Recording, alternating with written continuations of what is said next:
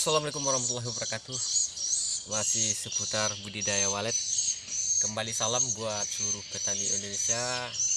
Mudah-mudahan tidak ada kurang satu apapun. Berbadan sehat, berrezeki murah, dan selalu bersabar hendaknya dalam menjalani proses berbudidaya walet. Baik, kali ini sebelum kami melanjutkan video ini sering berulang kali saya sampaikan dalam video saya sebelumnya. Sebelum saya melanjutkan video ini, jangan lupa subscribe untuk berlangganan dengan video-video kami berikutnya. Baik Bapak Ibu Saudara-saudari, ini masih seputar berbagi pengalaman kembali tentang masih berbudidaya walet. Ada dua hal yang membuat walet bingung. Nah, ini jauh-jauh hari sering saya sampaikan. Yang pertama yaitu penggantian SP yang nggak punya aturan. Maksud kami di sini yaitu penggantian SP itu boleh diganti, boleh kita ganti apabila burung walet itu tidak respon. Itu boleh digantinya selama 3 bulan. 3 bulan kalau memang tidak ada respon, tidak ada burung yang menginap, itu boleh diganti. Nah, ini untuk pemburu-pemburu SP. Sebenarnya SP itu memang itu mediasi karena panggil itulah dia datang. Nah, kita udah tahu itu mana SP yang baik dan mana SP yang yang rusak, yang storing, kita udah tahu membedakan, barangkali udah dapat pengalaman tentang itu. Cuman untuk penggantian SP ini perlu kita imani. Kalau memang burung itu nggak ada, itu boleh kita ganti SP-nya. Itu kita uji dulu selama 3 bulan atau 2 bulan. Nah, ini kan tidak pengalaman yang telah ini ada teman kita baru 2 hari dia ganti SP-nya, plastisnya karena burungnya sepi, sunyi, diganti lagi dengan SP yang lain. Bahkan suara panggil di pintu ini lain, ada panggil hexagonalnya lain pula. Ini yang membuat walet menjadi bingung. Ini pengalaman yang telah sudah ini bertahun-tahun berbudidaya walet. Yang hal yang seperti itu, penggantian SP yang seperti itu membuat walet bertambah bingung dengan RBW yang kita buat. Nah, jadi walet itu bingung. Kemarin dia datang ke gedung kita, lain lagi bunyinya. Besoknya datang, ada lagi perubahan. Nah, ini harus kita imani dulu SP yang kita pakai. Itu yang pertama, membuat walet bingung dengan RBW kita. Yang kedua, Bapak Ibu Saudara-saudari, perubahan baik itu dilarnya, LMB-nya ini tidak boleh. Nah, ini pengalaman ada teman kita yang baru berbudidaya walet. Kemarin pintunya diperkecil lalu diperbesar, LMB-nya diperkecil diperbesar. Ini membuat walet menjadi bingung. Ini jauh-jauh hari telah juga saya sampaikan, itu selama 6 bulan itu tidak boleh ada perubahan, baik di voidnya, lar, ruang inapnya, sekatnya, karena merasa di dalam itu kurang stabil menurutnya, barangkali dipasang sekat sini. Sekat itu boleh dilakukan apabila itu cahaya terlalu banyak ke dalam. Ini kalau membuat akses walet itu sulit ke dalam, untuk apa kita lakukan sekat?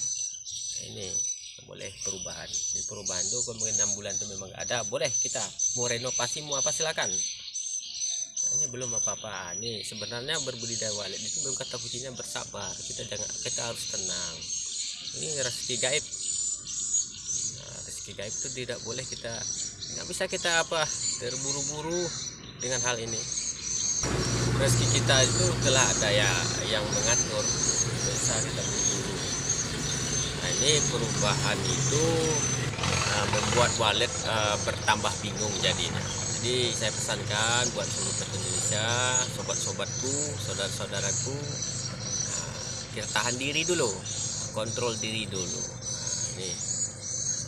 Lalu kita imani hal-hal yang demikian, yang kita gegabah. Kita harus cermat, harus profesional dengan hal ini. Kita harus bisa menahan diri. Nah, ini perubahan itu tidak bisa dilakukan selama 6 bulan. Ini yang baik-baik harus kita simpan di dalam hati kita. Yang ketiga itu yang kontrol. Ini masalah kontrol ini juga membuat walet bingung. Kontrol gedung walet itu ada aturan mainnya. Untuk gedung baru, nah ini pertama saya sampaikan, untuk gedung baru itu cukup melakukan kontrol ke dalam itu 1 kali 1 bulan. Kenapa demikian?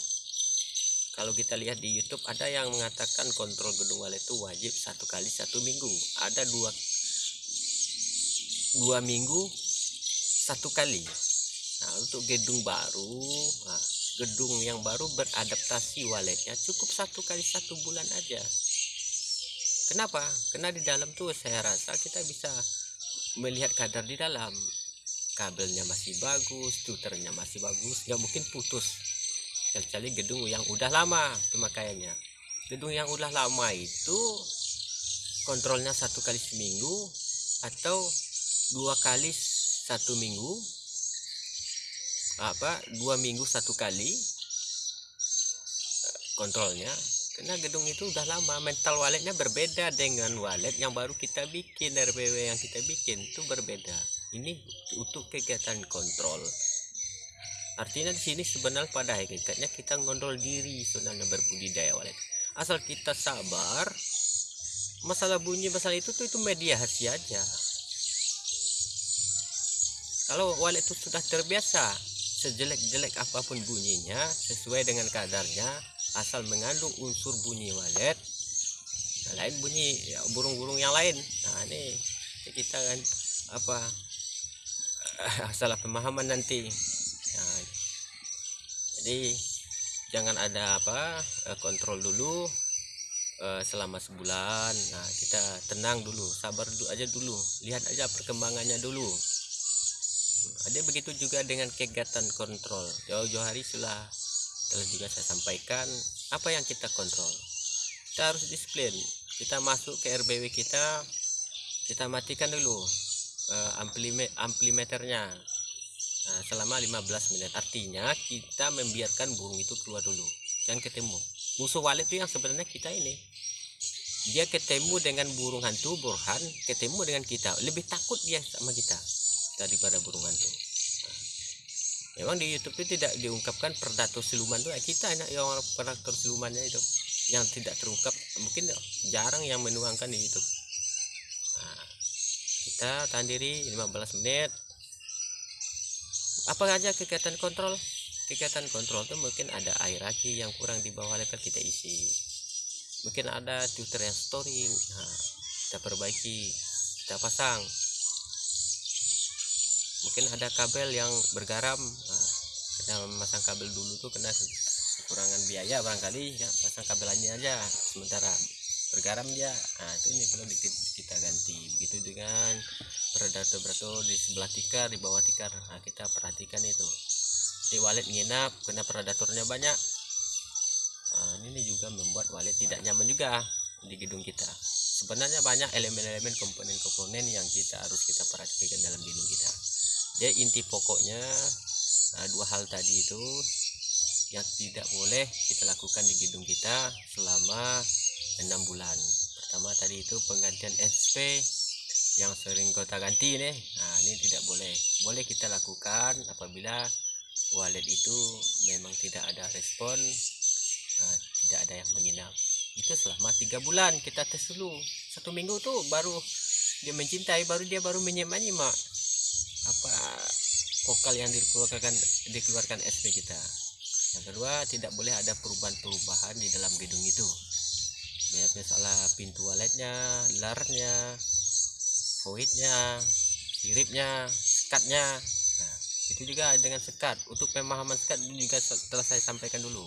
Sekat itu boleh diadakan apabila cahaya itu terlalu banyak ke dalam.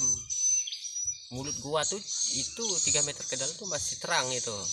Yang tidak boleh terang itu adalah sirip. Nah, ini Untuk apa kita melakukan sekat kalau menghambat akses wallet ke dalam? Nggak boleh kita lakukan hal seperti itu. Buang aja sekat itu. Nah, kali itu yang dapat disampaikan, mudah-mudahan ini bermanfaat seluruh petani Indonesia.